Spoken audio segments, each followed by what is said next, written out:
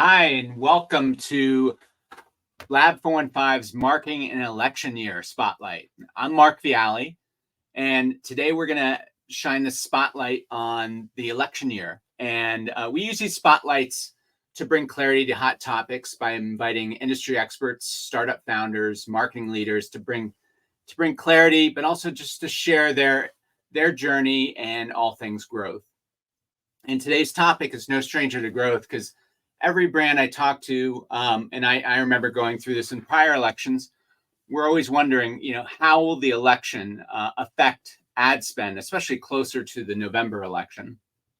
And on top of that, we were just talking with the group here, you have the Olympics thrown in there in the summer, which will bring more and more eyeballs to TV, which is interesting.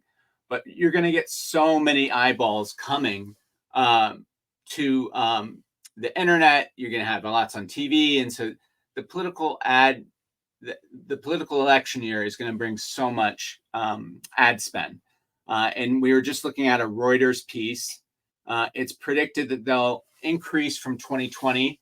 The election ad spend will increase 30% to $12 billion. And this may be surprising, but they're forecasting 70% of that will be in traditional media, mainly TV, probably direct mail, radio, and that kind of thing. And then 30%, of course, will be in digital, with the large shares going to Google and Meta. Now, the interesting thing about the digital piece, even though it's 30%, it's really growing. So it's 150% growth over 2020. So we're seeing more and more there. So there's a lot to unpack. And of course, with TikTok, our team will talk about how TikTok might be used in election year. And there's AI, and there's some stories that have come up recently of AI in the New Hampshire election or primary. But we have an amazing panel to help unpack all this. And it's really important for a lot of brand advertisers out there that are they going to hold back in September through November? And I think there's a lot of questions that can be answered here. We have an amazing panel. We're going to start out with Susan Rowe. We're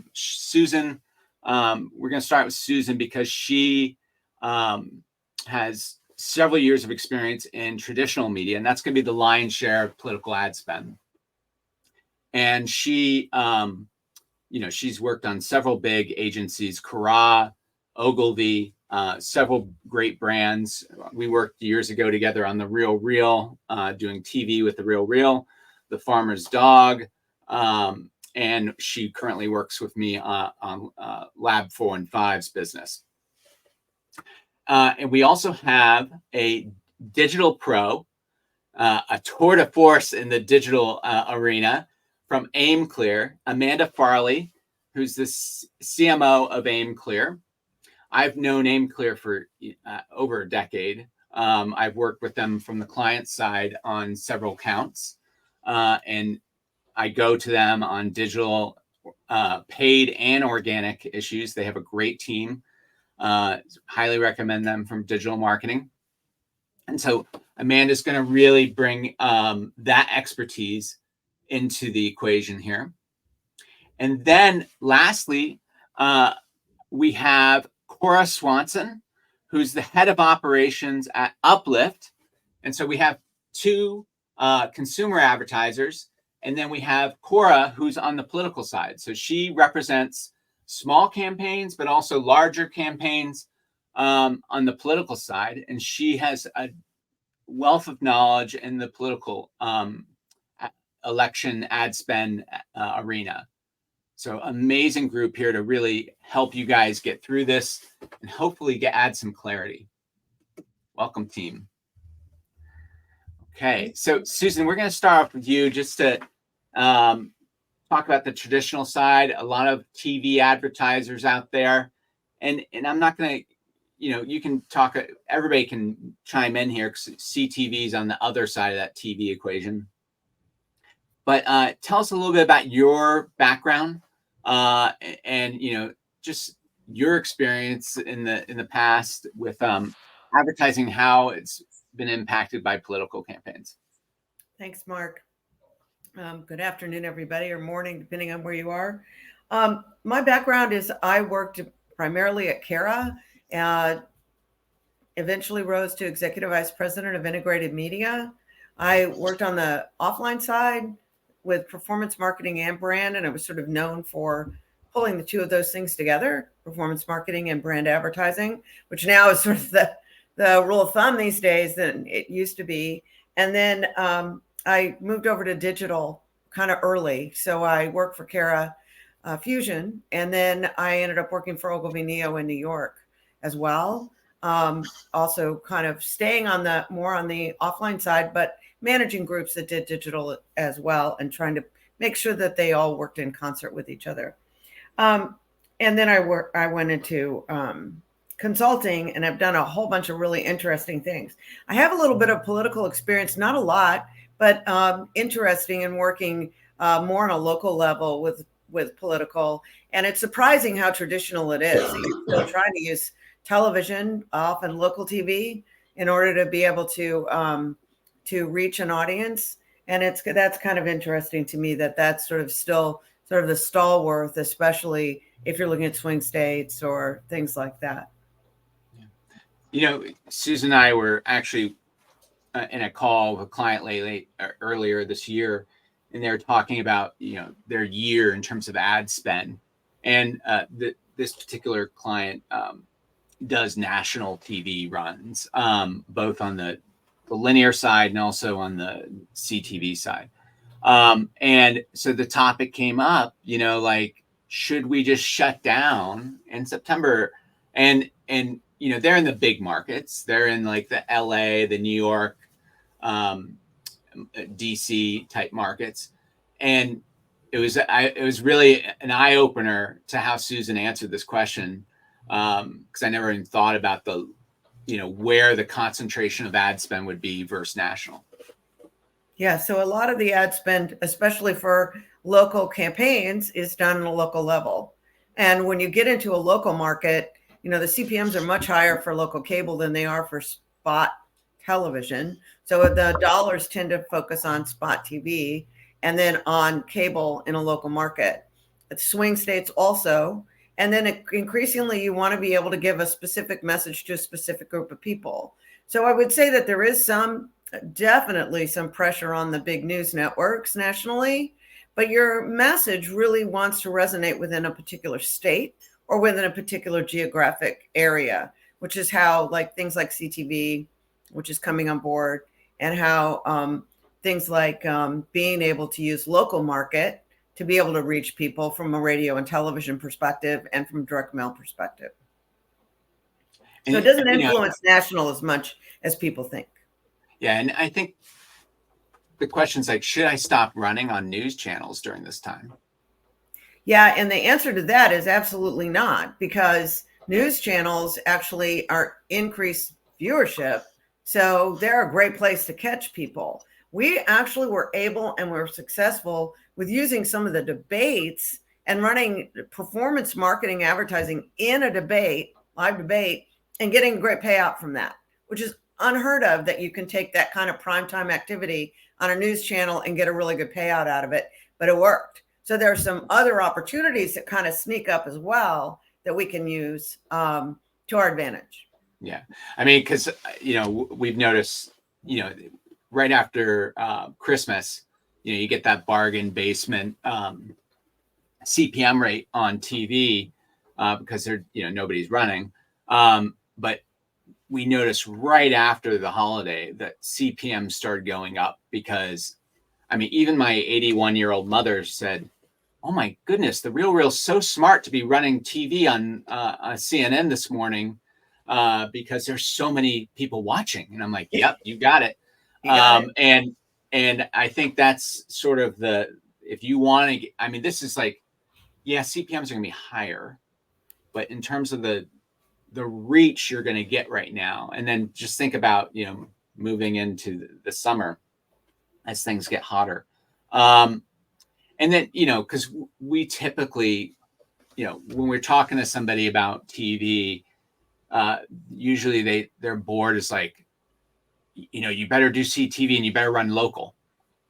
And I mean, and so you always have to deal with those. There's some misconceptions out there on because local's really expensive, and then CTV is it's hard to, you'll hear the media spin every day that CTV is like gaining traction, but it's so fragmented, right? So the top one is probably Hulu, and it's hard to get a lot of reach there. And so I think that's a big opportunity for for advertisers to really hit the big networks at this point. One thing that I'd like to, I think when I was on the client side, you always have a CEO that sort of wants to talk about their vision a little bit, and they want to take a side during an election. How would you deal with that when an advertiser wants to take a side on an election? No side. You just can't do it. You have to keep yourself neutral. It's important for you to be able to reach any particular customer and not really, focus on something. I mean, there are some tiny exceptions if you're doing something that is somewhat political, but I think it's really important that you keep yourself neutral. There are some things that you can do. We've talked about it, Mark, where you can maybe on Fox News be a little bit more conservative in your advertising, but in your advertising approach, yes, a little bit American flag stuff, but the idea being that you really do not want to have a political stance. Yeah, I think that's right. And if you were doing advertising as a brand this year, with everything that we just talked about, where would you double down in terms? So I definitely, yes, thanks, Mark. I definitely double down on the news networks. I mean, they are, first of all, there's this little trick that if you're buying CNN or Fox News or MSNBC, you are also getting Hulu, whether you like it or not, because people watch those live. They don't wait 3 weeks and then watch it. So the commercials are still embedded in that. The second thing that I think I would be really careful of, and we don't use what we call locals, which is the local break and the national feed. We don't use locals because we've done some analysis and found that they're not really as efficient as we thought they were. But locals is not the place to be during this year, during political year, because there's so much local advertising that takes up that local break that you would not be seen. And you don't really get to see that in the data. So it makes it really hard for you to know that that's happening or not happening. And so that's one of the things that I'm really strong about is we don't use locals typically anyway, but I would definitely not use them during political season. All right.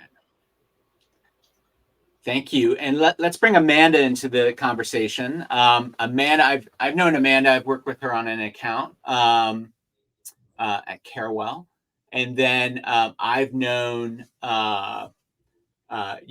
Aimclear, going way back with Marty Weintraub when I worked with him with Second Life.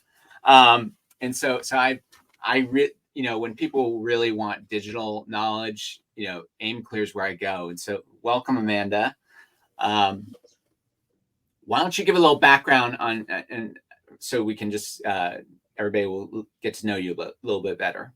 Yeah, definitely. So I am a growth marketer at heart. So I've been digital first since the beginning. And I always joke that we're still, it's been 15 years and there's been just rapid change, right? And now what we've seen even in the last year has just accelerated from even what the 14 years in my experience were before that.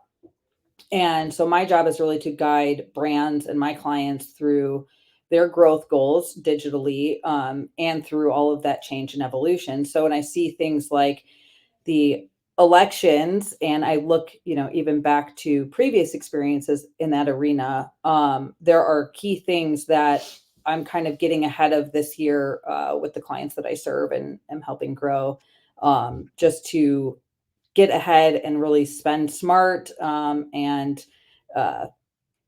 find creative ways to even take over kind of competitive market share in areas. So, because I do a lot in multi-location and things like that. So But yeah, I've worked large enterprise brand side. I've worked within high growth organizations, e-com. I've done the gamut. So Yeah. Now, in the last election cycle, in 2020, there was lots of noise on the Meta platform in terms of, lots of ad spend and so forth. And we're seeing huge growth on the digital platforms as the political ad spend seems to come later to the more digital channels. And we're seeing it grow. Again, they're predicting about 150% growth here. Any impact that you felt in the 2020 side in terms of like the Facebook and Instagram? Yes. And I would say even, recently with some of the more local campaigns that I've been a part of, brand safety is always like the number one thing. That's like the number one thing I try to watch for and guide clients around, because there's areas where you think the channels are set up in a way where if you enable things like audience expansion, that could expose your brand to areas that maybe you don't want to be exposed to. So that was a big thing we saw last election, which is a lot of brand safety concerns and really trying to wrangle that. We did a lot of cleanup during last election for advertisers that were in that space. Thinking locally, even just recently, we're seeing a lot of delay. And I know, Cora, in your space, it's like way more process, right? And getting things approved and launched. In our world, like if it's e-commerce based and we're not a special ad category, usually we can get things turned around really quickly and get things approved. Well, now we're already seeing delay in that timeline. So it's taking longer to go through the review process, or even if people just don't like your ad and they report it because it's a competitor or whatever. So going through getting your ads taken down, even when you're not against compliance, all of that has just been a lot more complicated. So it's, yeah. And I think that raised, if your brand that you're doing advertising for decides to take a side on the election, I mean, it's really dangerous because people that, you could have people that don't agree with that standpoint start to report the ad and the ad doesn't show. So I think there's a lot of, the brand should stay away from that kind of activity because it just will make half the audience hate them. So yeah, and even the type of content you choose to engage in around sensitive events too, that may have more, one side or the other, I think could be potentially expose you to that same kind of experience of those on social platforms that are going to be reporting ads, or, the trolls of the internet, if you will. So one thing on the policy front, I noticed, I run my wife's business. She has an online business, and for Google, this is the first time this year that they wanted her to actually upload her driver's license to make sure she owned the business that she's advertising for.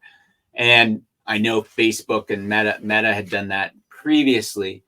Any other big policy changes you're seeing that could affect advertisers? Yes. So we did just see the sensitive events policy rollout in Google, and that will be officially rolled out in February. And I think this is the first of many we're going to see this year. So with that one specifically, it's around even so for example, when COVID happened and everybody was marketing for COVID, that kind of style of marketing is not going to be allowed with that new policy, as one example. So I think we're going to continue to see an uptick in those sensitive events and some of those categories that are even if you're not involved in political marketing, but you're attaching yourself to a large sensitive event, that's not going to be, even if it's not politically based, it could be an e-com product, for example. Right.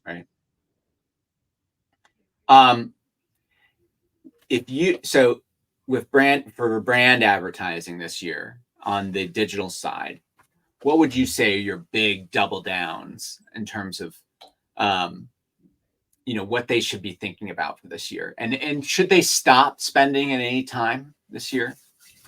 No, I definitely don't think it's a stop spending. I think it's leaning into the fact that digital is over segmented, right? So in political advertising space, that's going to be more masses, right? Reach. Where in our world, we think audience first. So I think the big thing that I would just watch for is if you have like overlapping audience segments that could interject into those areas where maybe you don't want it to. So things that stick out to me are things like electric vehicles or sustainability, where maybe that would have made sense to maybe your product set before. Maybe this year you want to stay out of it. If there's going to be a lot of energy type of content in the political arena, maybe you switch kind of how you're targeting, Oh yeah, set that's interesting. Yeah.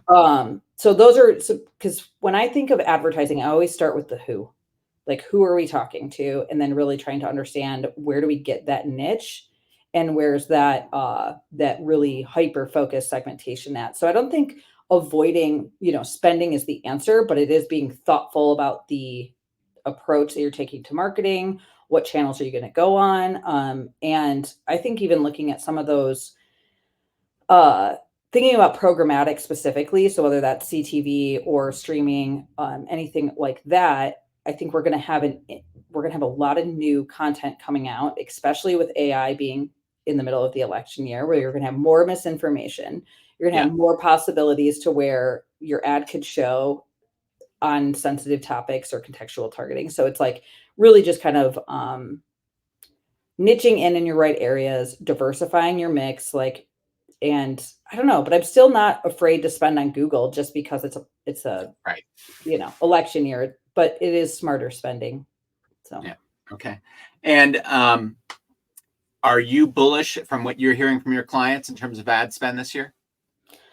yes, and a lot of that too has got to do with which is Google itself specifically, and some of the channels where we've seen inflated CPA numbers more to, just the competitive growth arena, not necessarily, specific to politics, but there is definitely some more aggressive spending even in our competitor sets right now. So that has changed a lot of the conversations this year already. Love to hear that. Love to hear that. Cora, welcome to the conversation. Cora Swanson, head of operations at Uplift. And, I've heard really good things. Why don't you tell us a little bit about your background? Yeah, definitely. Glad to be here. So Uplift is a political consulting firm that focuses on digital ads, specifically for left of center, campaigns, ballot props, like organizations, anything kind of related to electoral politics. And we create media plans, the media mixes on digital, and execute them. So managing those for our clients. Those depend very greatly on what the polling is, which district, how large the area is, the audience or budget. It's a little bit different than maybe a typical marketing campaign that Susan and Amanda is more familiar with, but it's going to be a very interesting year in politics, and especially on the digital side of things, as you mentioned in the beginning, it's definitely a growing portion. And would you say most of politics are really local? It's like hyper local when you guys are doing your advertising? Well, it depends on your campaign. I mean, we have there's like statewide ballot initiatives, Senate races, things like that. Or those are quite massive campaigns. And those, often get broken down by messaging tracks that can be local, for a specific municipality or, maybe a rural area versus not. But I would say, a lot of what we deal with can be like, a local school board or like a state legislature or something that is a little bit more like specific and local. And, I did that data point from Reuters, how they're predicting 70% of political spend to be traditional media. And it doesn't really shock me so much because when I going back, not too far back, but like into the, Bush years, they had Karl Rove, and Karl Rove was known as a direct mail genius, right? It was all about the Karl Rove list.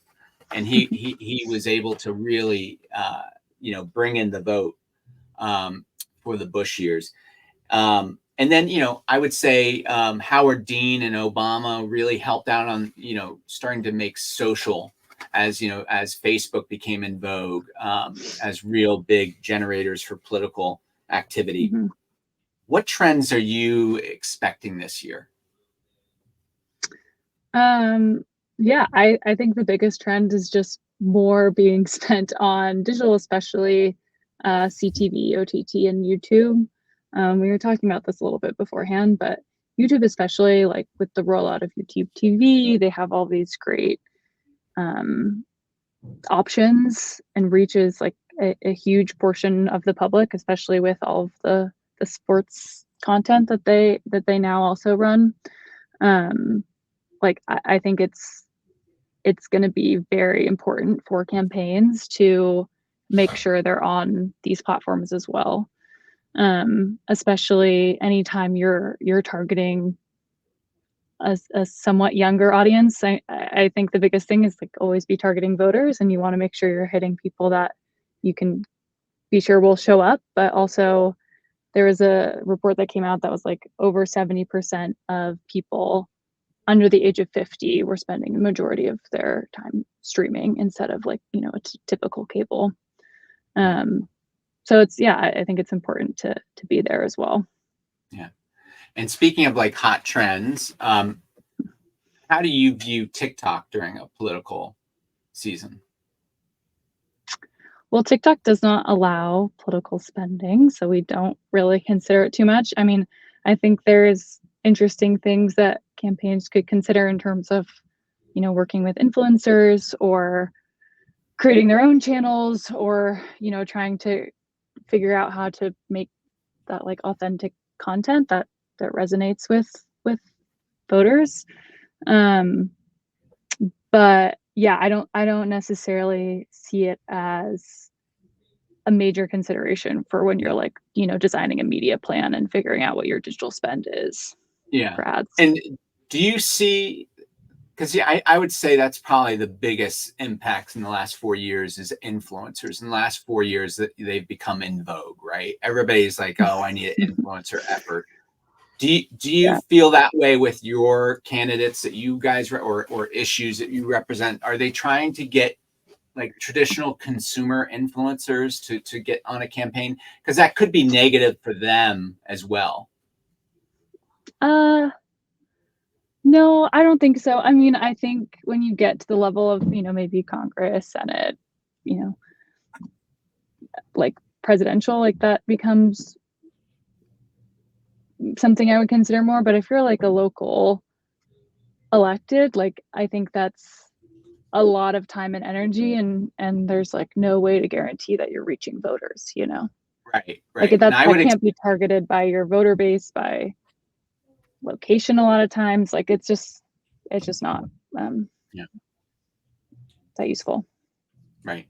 And I just imagine like an influencer wouldn't want to take that risk of being labeled a certain, issue on a certain issue or a certain candidate, because it could hurt their future revenues from advertisers if they're tied to a certain candidate. So, but it'll be interesting. Often a lot of campaigns get, I would say stars, like Hollywood stars to come out on their behalf.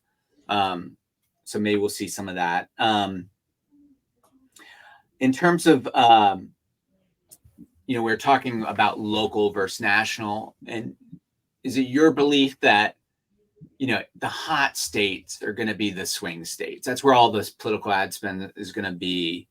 Or will it not? Is it going to be like the Michigans, the Wisconsins, the Ohios, where it could go either way? Yeah, I think we're going to see an insane amount of spending in those races. A lot on traditional, a lot on digital. Like it'll be big. I don't know if you're a brand that's looking to advertise, if that necessarily scares you away from, placing ads. But yeah, we do like always see CPM rates climb as we get closer to election day.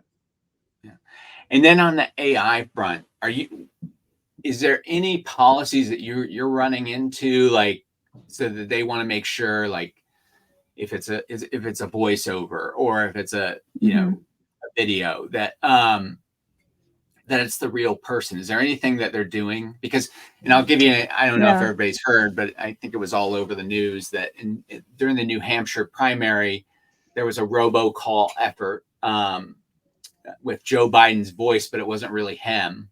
It was an AI derived voice of Joe Biden saying not to vote in the primary for Joe Biden because it will impact the other side. And so we're already seeing AI being used in a negative way on campaigns. Are you running into any kind of policy stuff that's coming up? Yeah, I mean, Meta and Google have policies that, at the very least, like, require you to disclose any use of AI.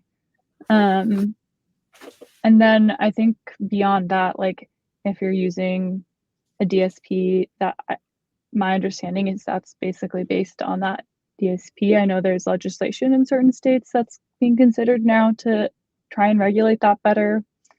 Yeah. I don't know what will come of that, or if it'll be a thing before the primaries or the general.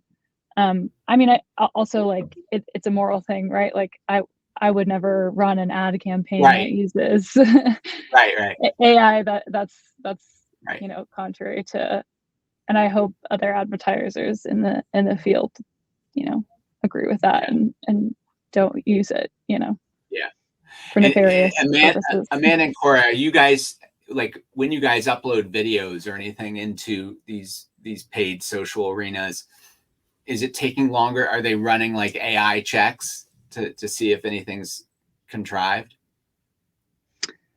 I don't know about if they're checking for AI specifically. I'm sure they are. They have all ads that we run. I mean, I assume this is true for you, but probably a little bit more cumbersome for any time it's labeled as political. That has to be approved in the actual platform before it can run ads. Usually that's making sure, like, the disclaimer is right or things like that. Yeah. If it goes against whatever their other policies might be. And I think they use AI to flag those. And so we run into a lot of issues where Facebook isn't running an ad that should be a fine, like, it's totally approved, like, it should be approved, but we have to go through all these kind of, like, layers and kind of headaches to get it through. So that's my main beef with AI, honestly. Yeah. And so you have so much money to spend for an advertise or a political candidate or an issue. What's your go-to? Like, what do you really like to spend the money on? That's an interesting question. Is it direct mail? Yeah, always. I don't know. I mean, it really depends on the campaign. It's but like all of that. I mean, a high quality CTV buy, a high quality YouTube buy, I think is really effective. YouTube especially, it's cheaper than a lot of other mediums. You can run forced view content. And I think, it's just going to continue to be a high value proposition, and my current go-to, I guess.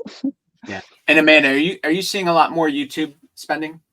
Yes, definitely. I would say that's within Google's ecosystem too. That's probably one of the top things I see more people even asking for, as far as, like, short style content as well, or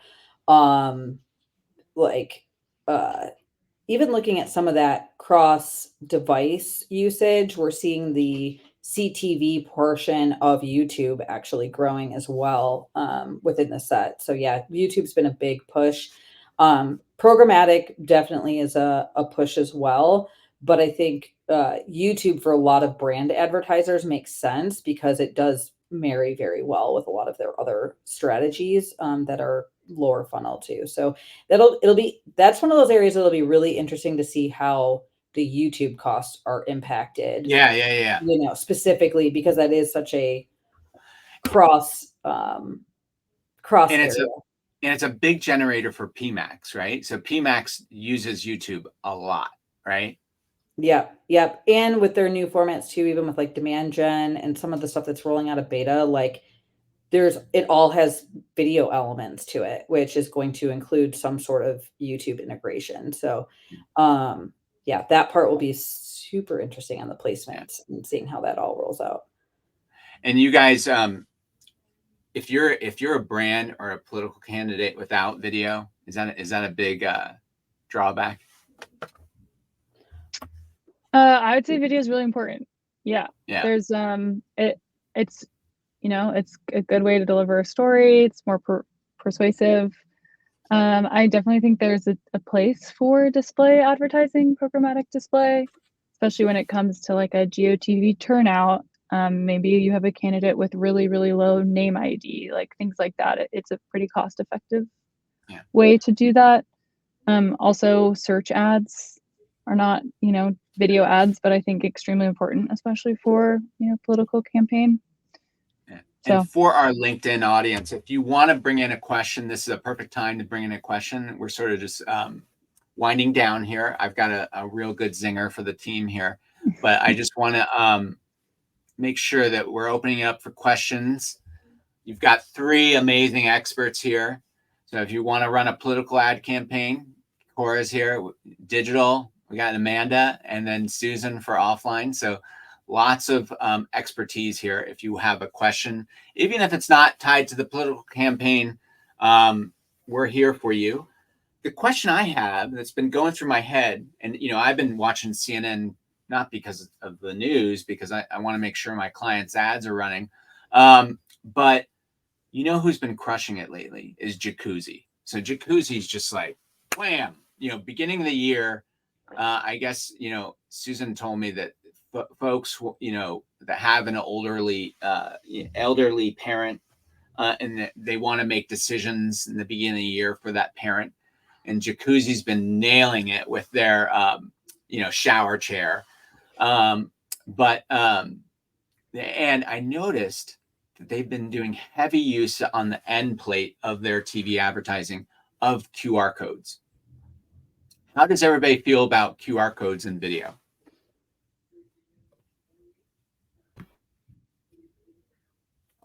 You're on mute, Susan.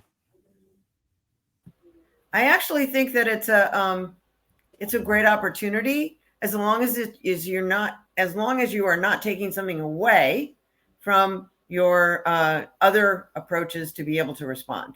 So if you're having to cut the size, for example, of your URL in an ad in order to be able to put a QR code there, I wouldn't do it. But I love the way Jacuzzi's using it, where it's in the corner. It's not interrupting any of the rest of their activity, but it is there in case somebody wants to use it. I do think that they're going after the kids of their older parents. So definitely QR codes are a lot more acceptable within that age frame as well. Amanda. QR codes are interesting because when I look back at when we first started using QR and even like packaging work that I was doing, and there was a lot of hype around like, are QR codes going to last?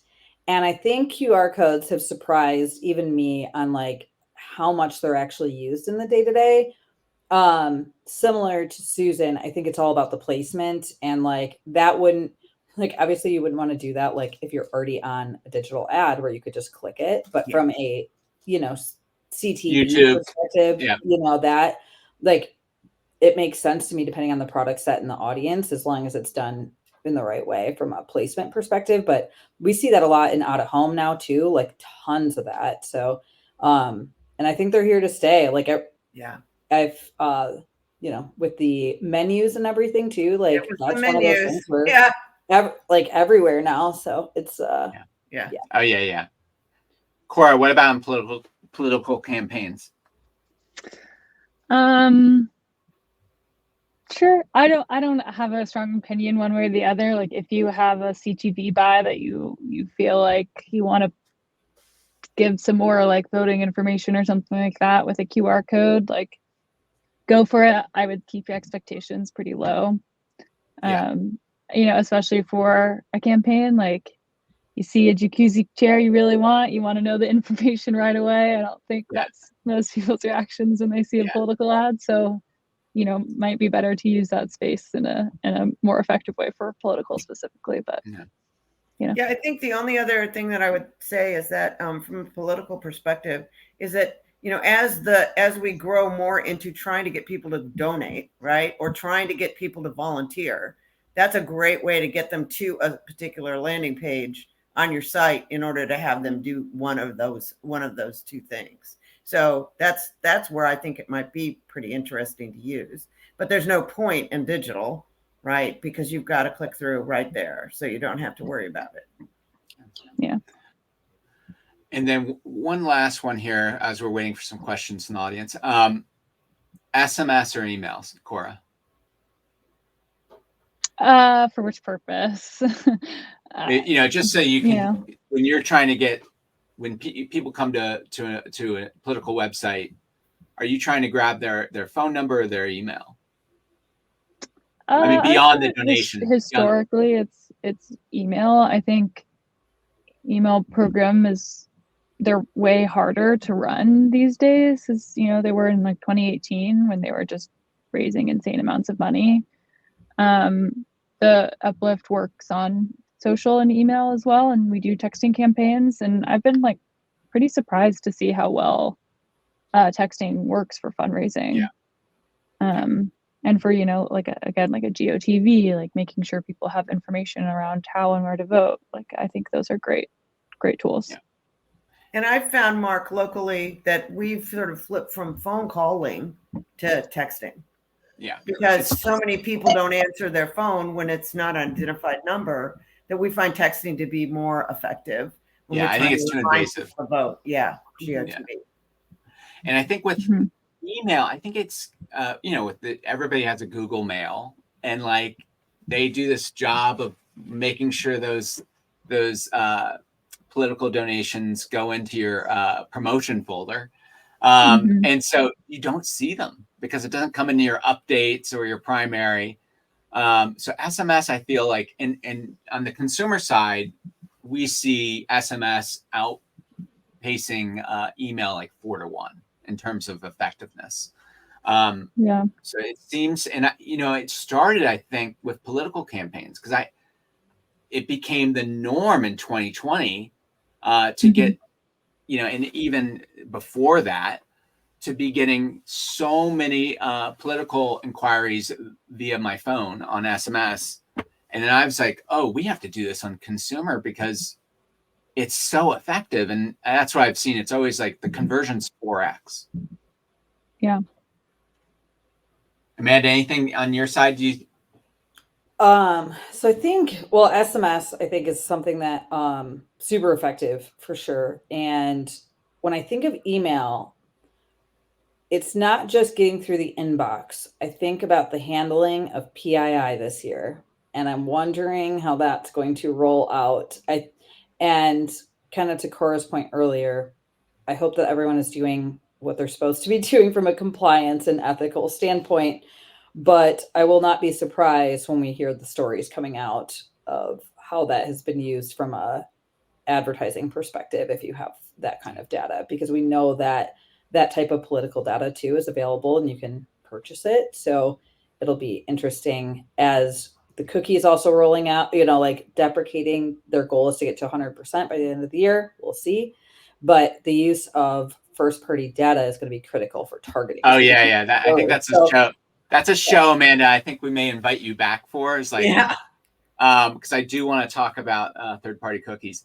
But Matt has a question for us, and I think it's more for Cora. Do you see differences in the most effective way to advertise for issues versus candidates for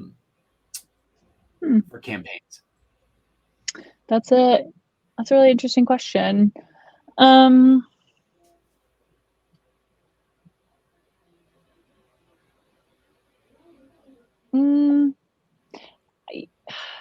Not necessarily. I think, I think if I was designing a media plan for like a yes on X, like that might look different than a candidate, just because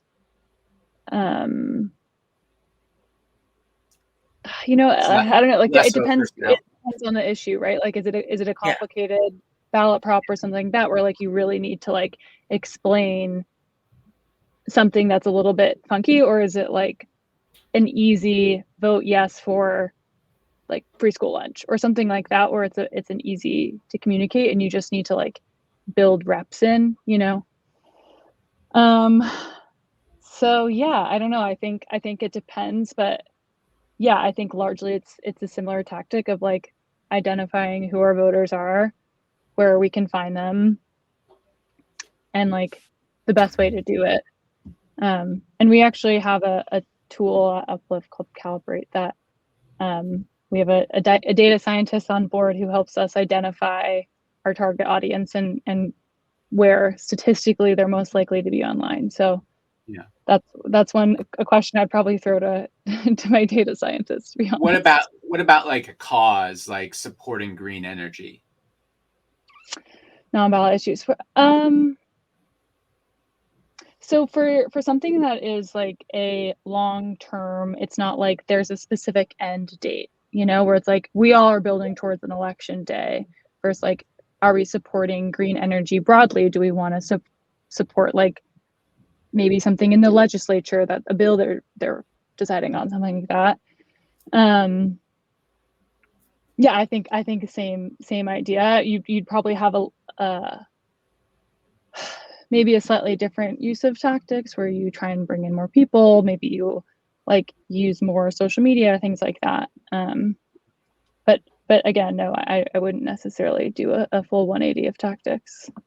Yeah, I agree with you 100% on that. When I did some stuff for the California Health and Services on getting women who are pregnant to go see their doctor, you know, we really just looked at all the different targets. So I think the difference might be that there'd be more target audiences that you would be looking at for something like that, than rather than just focusing on the most likely voter. You know, we look at the strategy of, you know, what is our most likely voter, and then what else do we need from other groups outside of that?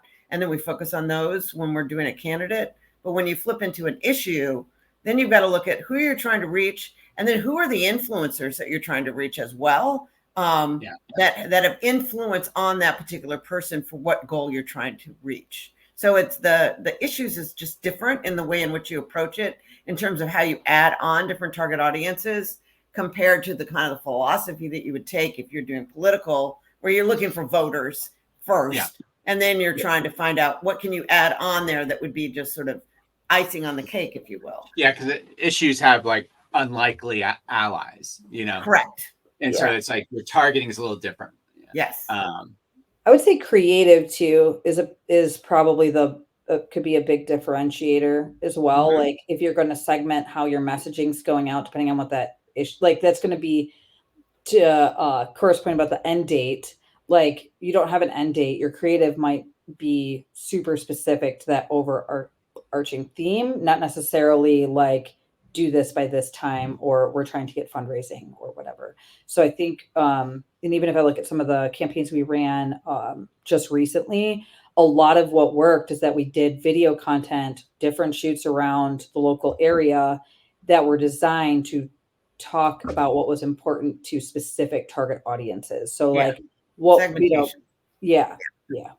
So that's the biggest difference I've seen. And we're going to wind up here, but just a little tangent on green energy. I wish the green energy advocates would come out with what is the proposition to the other than sustainability. I mean, I know that's important, but you got to give me that money check. How am I going to get savings in the short term? And I think that's how we need to start talking about these things, because people don't think long term, unfortunately. So, you know, we were talking to a solar company recently, and we're like, how do we get money in their pocket today to make it a win-win? And so I think that's on the green side. I think that's a really important thing. But this is a bit, you know, we could keep going on political stuff. Really good panel today. And I'm telling you, I'm thinking about this third-party cookie issue for next time. Yeah. Which I have some ideas of, who's this going to hurt and who's this going to help a lot. All right. Thank you so much, everybody, for tuning in, and we'll talk to you soon.